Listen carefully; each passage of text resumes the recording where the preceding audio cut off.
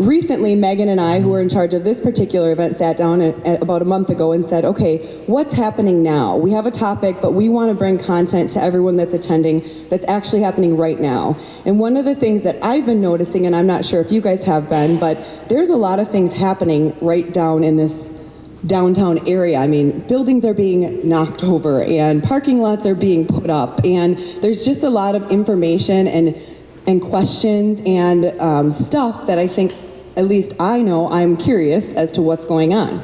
I also know, being connected with the chamber and the city and being a realtor in the community, that there's been a conversation happening for many, many years about where is our city going. So what is the vision of our city? What do the community members want? What are the strengths? What are the weaknesses? So that conversation's been happening for a long time, but now I'm starting to see personally that it's coming to fruition, which is really exciting. But I also am hearing from a lot of people there's an equally powerful conversation about some frustrations and things that they're worried about or concerns, and I think that conversation sometimes does portray a picture that paints some confusion. So I think what we wanted to do, the goal of this event, is to bring the facts, bring the information straight from the heart of what's happening. So that's where we invited Deanna and Samantha to present. So with that, I'll let them take over and share some information, and after they present, they're going to open it up to questions, so we hope you brought some questions.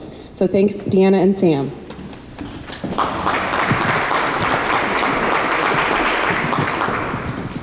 Good afternoon, everybody. I see a lot of familiar faces. I'm Deanna Kuennen. I'm the Community and Economic Development Director here for the City of Faribault. And Sam is my right arm these days when it comes to economic development. This question right here is something I hear and Samantha hears every week. Why doesn't Faribault have a Chipotle, an Olive Garden, a Target, you name it? And internally, we often joke, because that is a valid question. Why don't we have certain things? But often that question overshadows all of the amazing things that we do have, which is where some of this confusion that Haley talked about comes in. This question often overshadows the fact that within just the last few years, from an industrial development perspective, we've had $350 million worth of investment. We've created nearly 400 jobs. But people don't often talk about that. And we laugh that this is the question everybody wants to focus on. And so today we thought we would go ahead and spend a little bit of time talking about what is economic development in the city of Faribault, and basically tell you and inform you about some of the things that we have going on, and then really spend some time answering questions that you may have, again, to get those facts out there so that this group can help share the stories and the successes that this community is experiencing. And honestly, right now is an amazing time to be part of this story. Faribault is an example in the economic development world in this state. People are often asking us, how do you do it? I get calls from all my colleagues. Sam's been attending a lot of things, and people ask us all the time, how do you do it? It's amazing what is going on. And the reality is, we do it.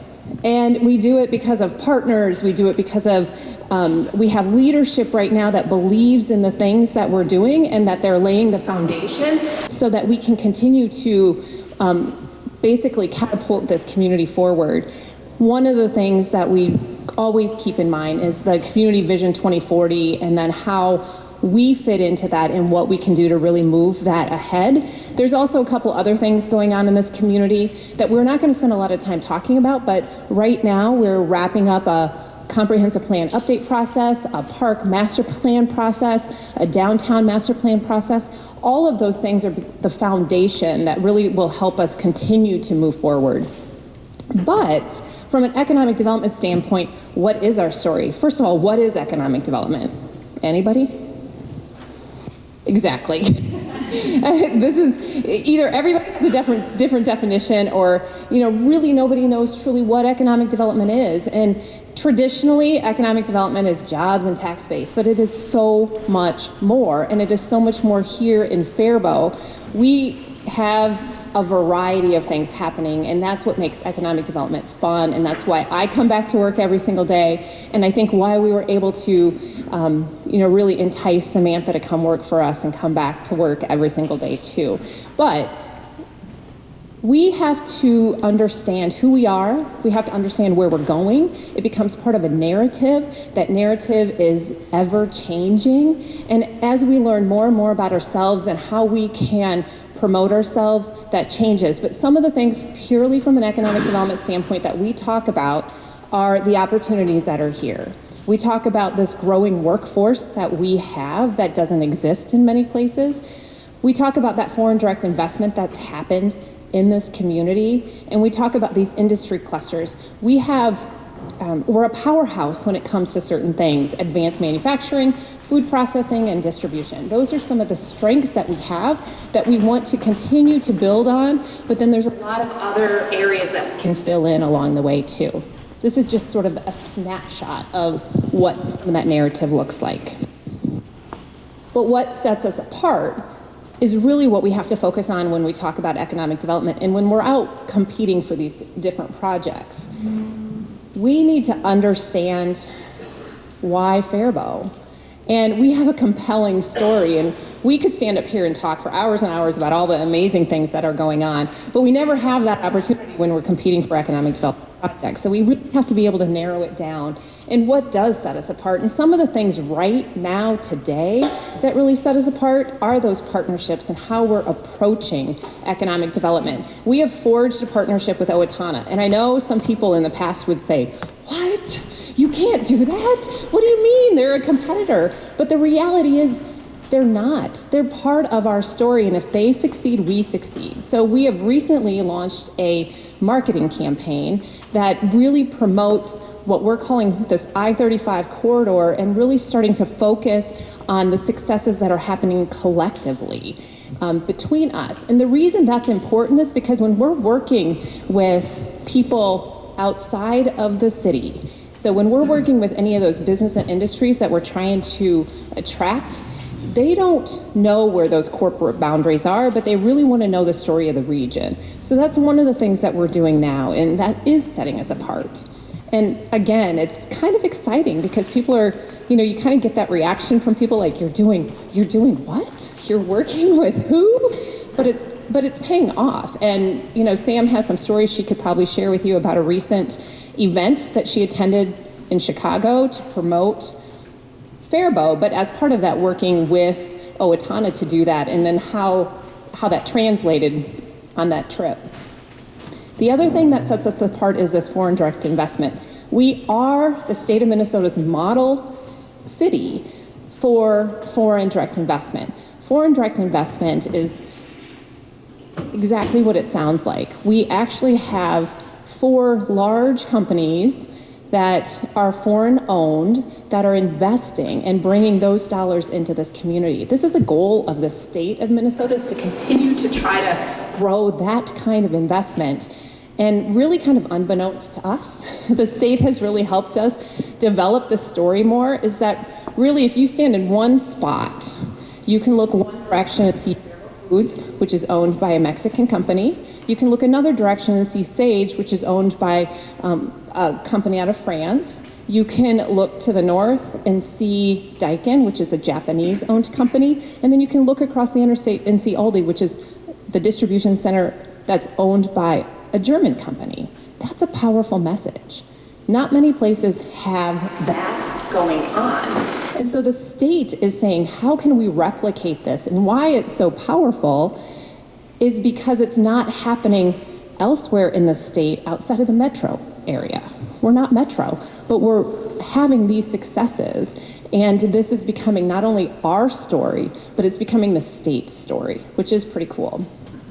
We also have a number of initiatives that we're really working on to try to continue to grow some of these assets that, again, differentiate us from some of our competitors or some of our neighbors.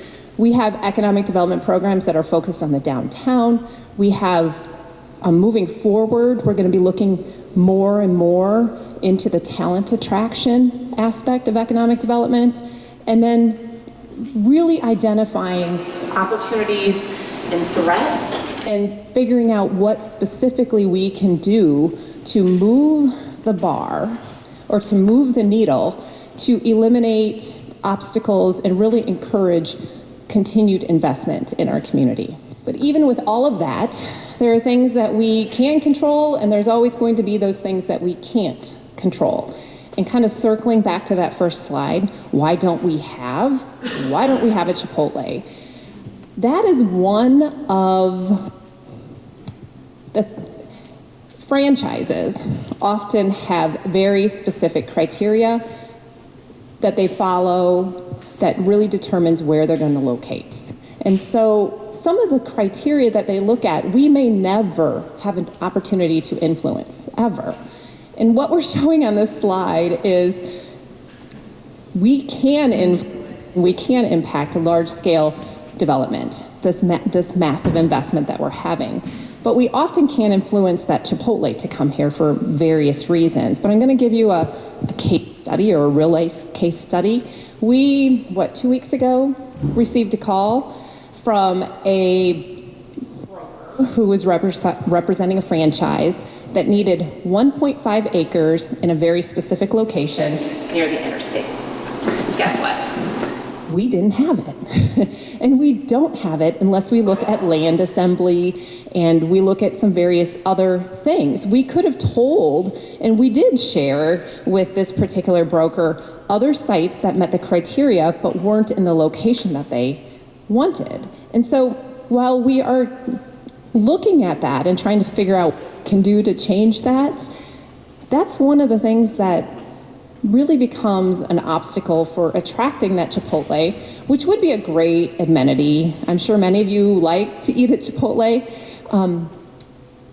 but we do have the ability to attract those larger investments. We have large areas of land that will support massive investments and support job creation. And those are the people, once we can create more and more people and we can create that investment, then some of this other stuff will come. But something as simple as 1.5 acres, we didn't have.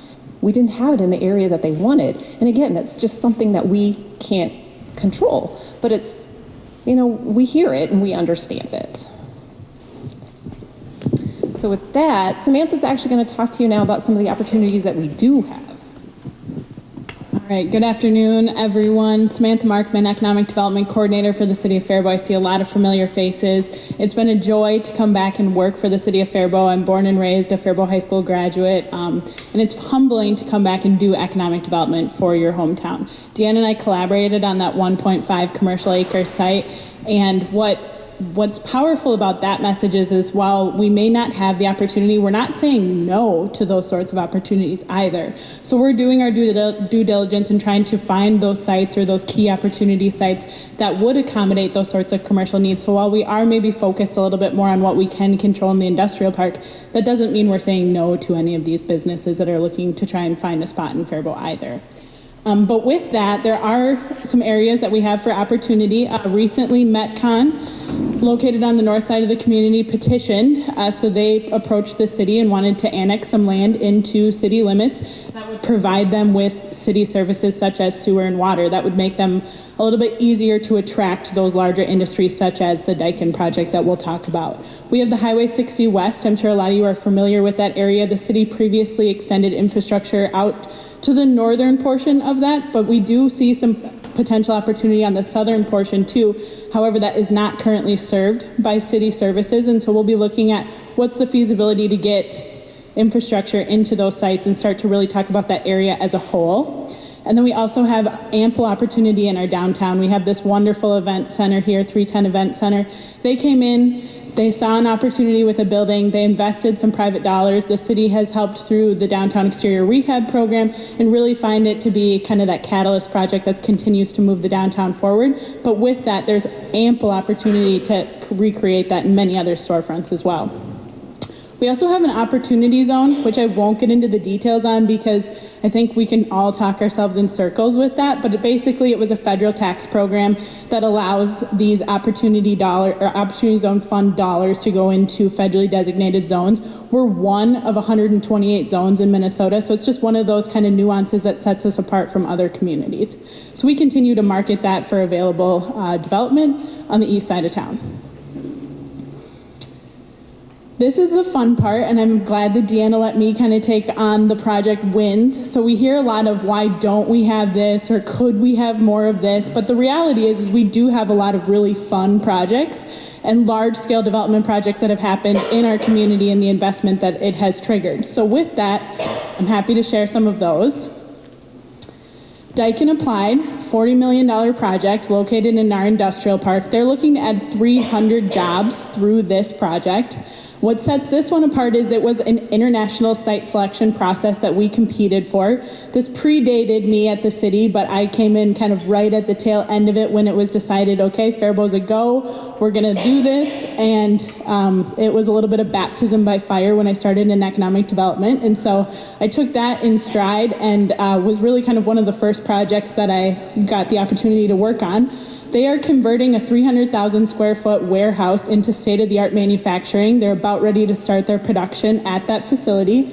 And this is located just north of Metcon. So this was really the project that kind of allowed Metcon the ability to really think long-term about what this meant for their business park and get those services to them, not only to accommodate this project and allow them to locate here in Faribault and keep those jobs in Faribault and in Owatonna, because realistically the alternative would have been, well, we're going to pack up and head to our facility in Texas or Mexico or anywhere else in the southern United States. So this was a really key project for us to land in our industrial park, and again, 300 jobs. The other thing about this, just to interject real quickly, is that the city was able to secure over $1 million of grant dollars to extend the water and sewer infrastructure up there, and now there's 200 acres or more that are ready to be developed, that have the service available. And again, we worked and we got those grant dollars to do it, and it's creating a lot more opportunity up in the Metcon area. This is maybe then the flip side to economic development. So we talked about really large scale, high investment, high job creation, pretty typical economic development. But the good thing about Faribault is we're not hemmed into just one industry. We're not a one industry community. We're not a one sector community. This is a new project that's going to be happening right across the road, 313 Central Avenue, Crybaby Craig's Hot Sauce. About 3-4 years ago, the city amended their zoning code to allow minimum production in the downtown, and that's, we won't get into the details of basically what that means, but it allows these businesses to produce their products in the downtown with a retail component to it. And so this is one of the projects that we'll see taking advantage of that amended code. And so they will be, hopefully by November, the end of November, locating in our downtown and creating their hot sauce. They're currently located in Northeast Minneapolis. They are thriving. Anyone you talk to typically has either heard of them, loves them, wants to know more. So it's been a really fun project to work on because they were adamant on finding a small community, being that small Main Street community, and really being in Faribault the project that catapults us forward in terms of filling some of these vacancies in the downtown too. So make sure you check them out. We're really excited about them, and they're really fun guys to work with. So another great project or example of a project in our downtown. Stein Air, they're located at our airport. They did another kind of broad spectrum site selection, and they looked at airports all across kind of the Midwest. So they looked at Wisconsin, Minnesota, South Dakota. Faribault was never really on their radar. They were looking at a variety of different airports, but it wasn't until they talked to their friends at Rare Aircraft, which is a restoration business at our airport, that they really kind of put Faribault on the map. And so these people are talking to each other and figuring out what opportunities are available. And so this is a $1.75 million project. They're now located out at the Faribault airport. They were able to skirt the tornadoes of last year. So our building, this was a former city hangar site, so our building came down. The tornadoes ripped through, and then this building came up. And so it's a 16,000 square foot new construction. They're very specialized in what they do. They create the custom dash panels, and they were formerly located in an industrial warehouse in Farmington. And what we found through this process was there's plenty of other businesses in the avionics industry, just like this business, that are located in some industrial park somewhere that would benefit from being on an airfield, but currently have found it challenging to work with a local municipality to allow that. So we're the first airport that falls outside the Metropolitan Airport Commission's boundary. We have a little bit less red tape that allows this sort of development to happen. So this is something that we'll continue to market from an economic development standpoint now that we'll have a new A&D arrival and departure building and a lot of new amenities, which are the plus side, I guess if you can look at it that way, following the tornadoes of last year. We had to put a pause on our marketing efforts for the airport after the tornado happened, but we both are very excited to kind of pick that effort up again. This particular project also brought 20 jobs to our community. And it's a kind of project that, you know, we did have to compete for. It can't be just anywhere, but our airport was perfect for it, and they're a propeller company, and some of these others are already expressing interest. So we hope to see our airport become this economic development engine, if you will, and we are really adamant and excited about helping to take advantage of that asset that exists in this community. And then we have Quality Equipment. You might see their building going up on I-35 just north of Sage Glass. They're about done now. They're looking to fill that with product. This is a unique project. So they're a franchise, a Kubota franchise. They're headquartered out of Shakopee. They just opened a very similar facility in Brainerd. They came to us through a broker and said, we want to be in Faribault. We're committed to being in Faribault. This is one of the largest open markets for this type of dealership. And so we want to be in Faribault. Okay. What are your site requirements? Nothing too much. We just need 5 acres on the interstate visibility. Seems easy enough. Wrong. We went through 4 different sites with this company. We thought we had a slam dunk every time. And upon looking further into things, it's, oh, nope, there's pipelines that run through this property. There's easements through this property. That's not served by water and sewer. So there's all these challenges that while it may seem I just need this should be really easy, it never ends up being that way. And so this company stuck it out with us. We were able to find them a 20-acre site that they then worked with the landowner to subdivide down to 10. They purchased 10 with the hopes that they will need 10 someday through expansion. And so it was really a testament to working through our available land inventory that we have and really kind of doing that due diligence. It was a learner for me that no project is going to be easy, and we have to vet through some of these things and working with your city engineer to understand what those things mean. So we're really excited that they're located here. They invested about $3 to $4 million. They hired 6 local community members to work out there to open those doors, and just a really fun project to work on because, like I said, they were committed to being in Faribault and they were willing to work with us to get to that point too. This project is also, though, a testament of the kind of customer service that we provide. And Sam was the point person on this project from day one. And this idea of sticking with the project, it was on their end, but it was also on our end. And we have an open door policy. We're accessible. It is another thing that just being part of a community like this or a size of community like this, it separates us from some of the more metro communities. But that level of customer service, the hand holding, the daily phone calls and the daily emails, this is what we do. But Sam did it with a smile, and she did a fantastic job kind of ushering this project through definitely a learning process for her, a learning process for them. And never once did either party give up on each other, and we were just bound and determined that we were going to help make it happen. And so it's pretty exciting to see their sign and their building, and to also, even though we had all those challenges, how quickly this project actually came together. Absolutely, and this is one that we don't typically get involved with because it does fall on that more commercial side of development. We're happy to show them sites and really kind of help them, but it was important for us to have them in our community because essentially in learning the process of where they wanted to locate, they also made mention that basically anywhere there's a loading dock, it's likely that they have a piece of equipment behind. So another portion of their business largely is rentals of forklifts and aerial equipment. And so with us being the manufacturing hub and distribution hub that we are, we found that we already serve a lot of their customer base. So it just made sense all around for them to be here, and we stuck through it. And I can now not memorize that realtor's phone number. Absolute Air, so this would be right across the street from Quality Equipment. A lot of activity happening along Park Avenue if you drive out that way right now.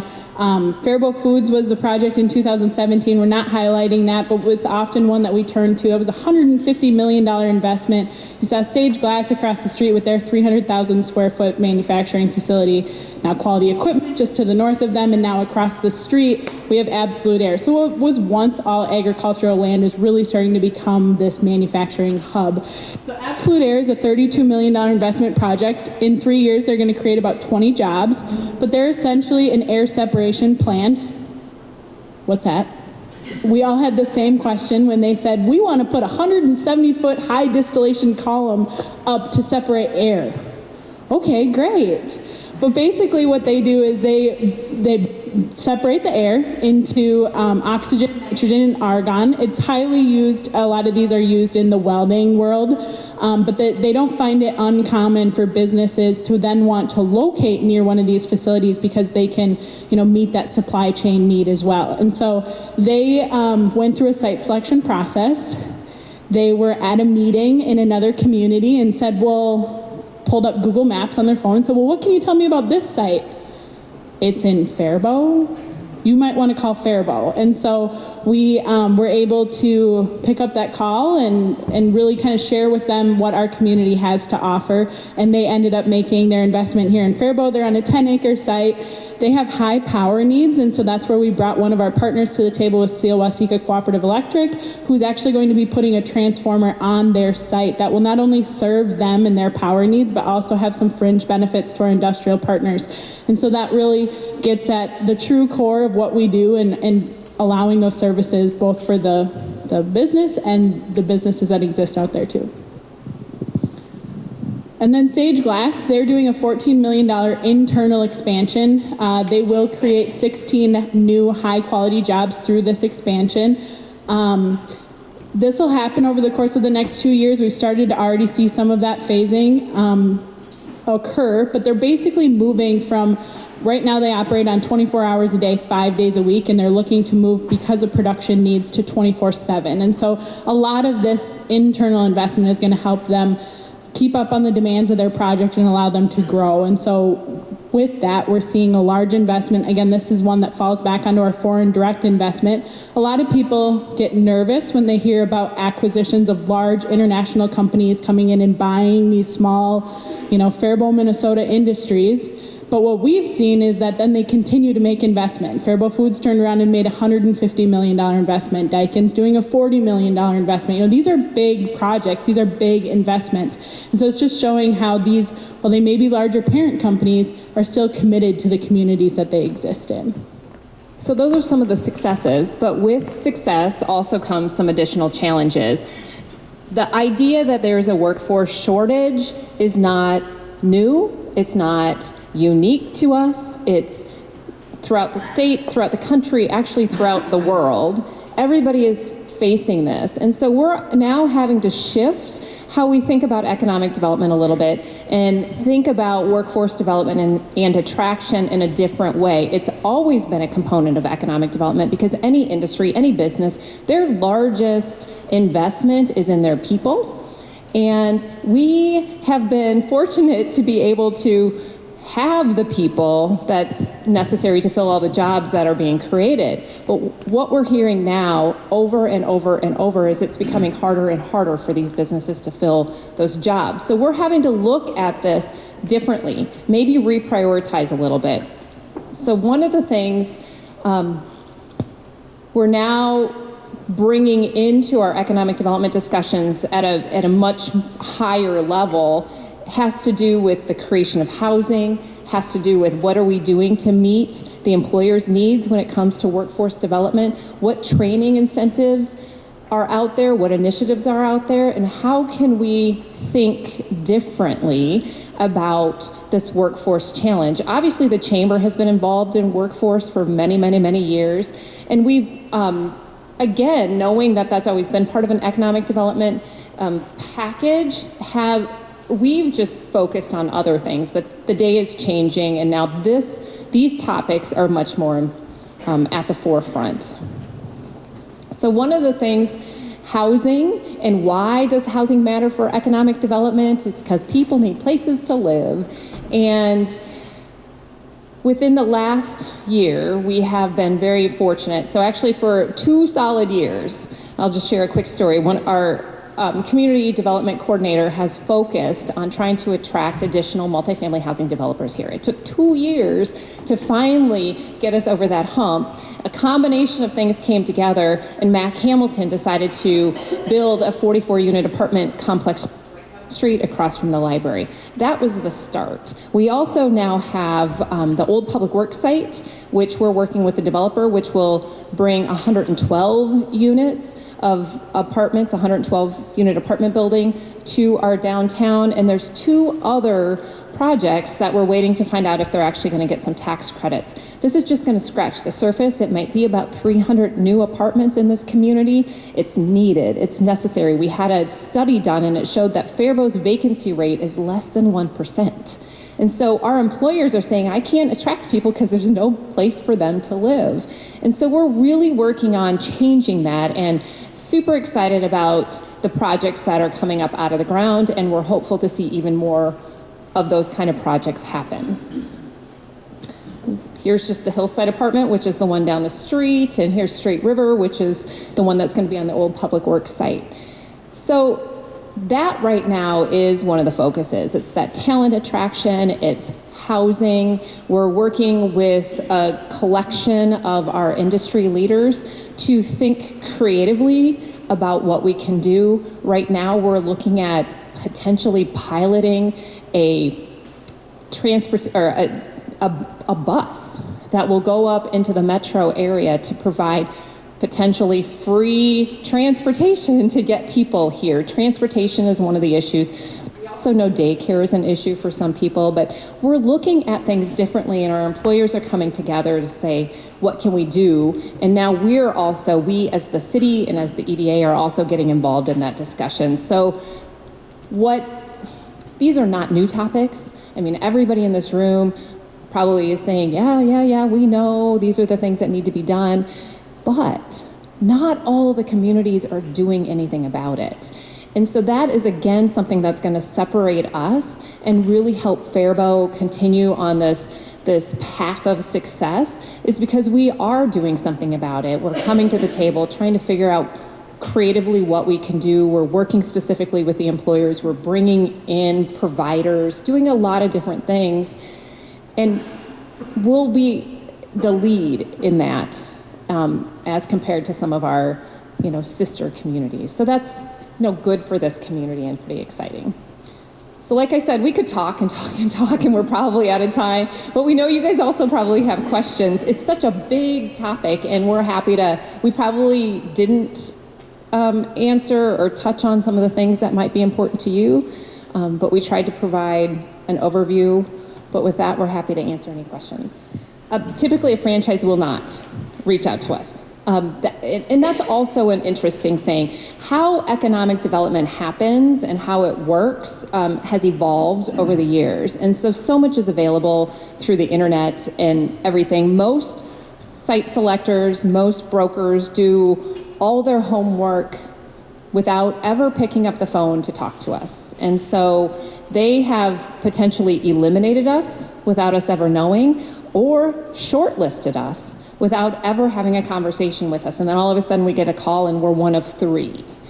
So it's very interesting. Our responsibility then is to make sure we have good information out there, make sure that we're sharing our story and our narrative and doing whatever we can to get our message out there so that people will look at us. And sometimes we get the call, sometimes somebody else in the community has heard something and passes it along, or there's a rumor and somehow it eventually gets to City Hall and to us. And we take all of that seriously, and we follow up with any kind of lead that we have. But the reality is so much of economic development happens without us ever knowing. And we joke too that sometimes the city is the last to know that we've been eliminated or that we've been shortlisted. So it's nothing. Economic development is nothing fits in a box, and everything has its own little path, and we have to be able to respond. We have to be able to react and just kind of do what we can in every situation, in every unique situation. We are fortunate that we have South Central College here, and they are definitely an economic development partner of ours. They provide the specialized training. They are working directly with our employers to make sure that they have the skill set that they need, and it's an asset. So again, thank you for bringing that up, because we couldn't do what we do without having them there. And there's often Dr. Parker sitting at the table with us when we're working with a prospect, or we're working with putting a package together to be able to identify to the site selector or to the prospective business what training opportunities are right here. So it is a huge part of what we do. And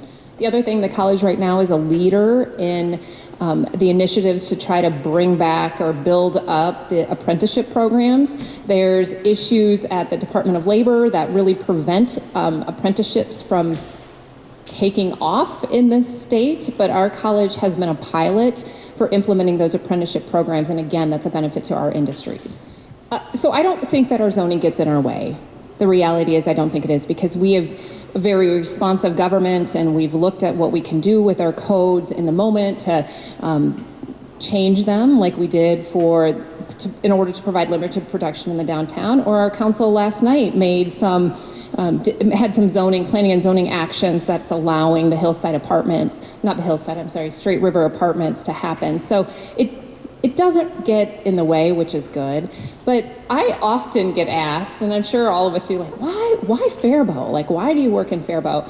And because Faribault is a community, established community with an authentic downtown that was built up along some rivers, those are all assets, but they're also challenges. And I think we would be bored if we didn't have those challenges to work within. And, personally, there's a level of satisfaction that comes with the fact that we are getting this stuff done. We are being viewed as a model in the state, even with these obstacles. We're not a Lakeville that has the sprawling land everywhere, but we're doing so much more, and the variety is there. So I don't know. And there's, of course, days that I wish I could change some things. But it's what keeps me coming back every single day, is that challenge. I think we would be bored if it was a perfect world and every project was easy. It would just not be as fun. Yeah, the city planner and I were just having a discussion that the things we like about Faribault, because we've both worked, in metropolitan areas. I'm coming off of a consulting career where we consulted for all sorts of metropolitan communities. And when I made the decision to come back to Faribault, I was often asked, why are you going to Faribault? Well, Faribault's always been near and dear to my heart, and it's easy to come back to a community that you grow up in. But for our city planner, Dave Weinberg, he lives in Apple Valley and considers Faribault to be home in terms of work and different things. But what we like about Faribault is it's big enough to get some of these opportunities, like a $40 million project or those sorts of things, but small enough that you're still able to enact that change. And so while we don't find that our zoning code's kind of hemming us into a corner, because we can bring forward those actions that allow some of that to happen, we're still big enough that we're getting those opportunities, but small enough to have that direct impact. And I think that's what a lot of us find in a lot of our careers too. So our approach is going to be taking the same initiative that we did for the multifamily housing and taking it to additional single-family home developers. We have the inventory from a land perspective. We have many, I can't tell you the exact number, lots that are platted and ready to go. What we hear is that the same The same workforce issues that our our industries are experiencing, it's happening in the trades as well. So the people who are building houses in this town, at least this is what we're hearing, is that they're struggling to get tradespeople to build those homes. So they're taking down as many lots and they're building as many homes as they can. The people who are currently building here, we want to, in order to, we understand we need more than multifamily housing. We have to have the variety. So we're planning on taking the same approach of trying to attract new home developers here that we did with the multifamily to try to kind of move that needle again to get people to build here. What we found with the multifamily housing, and it's going to be the same thing, I know there's some builders in the room here, is that the cost to build a home in the metro is no different than it is to build a home down here. What they can sell a home for or rent an apartment for up in the metro is greater than what they can sell a home for or rent an apartment for down here. So their profit margin is bigger in the metro, and there's just as much demand and need up there. So why, we often hear, why would I want to build here when I know what I'm going to get up there? And so we have to understand that and understand sort of the situation and what we're competing against. But we were able to eventually crack that nut with the multifamily housing and found a developer who it was more than just that profit margin. They're still going to have a profit in it, but it was more than that. They wanted to invest in the community. So that helped kind of get us going down the right path, or finally get some new multifamily development here. And we're hoping that that same kind of thing will help us with the single family home construction as well.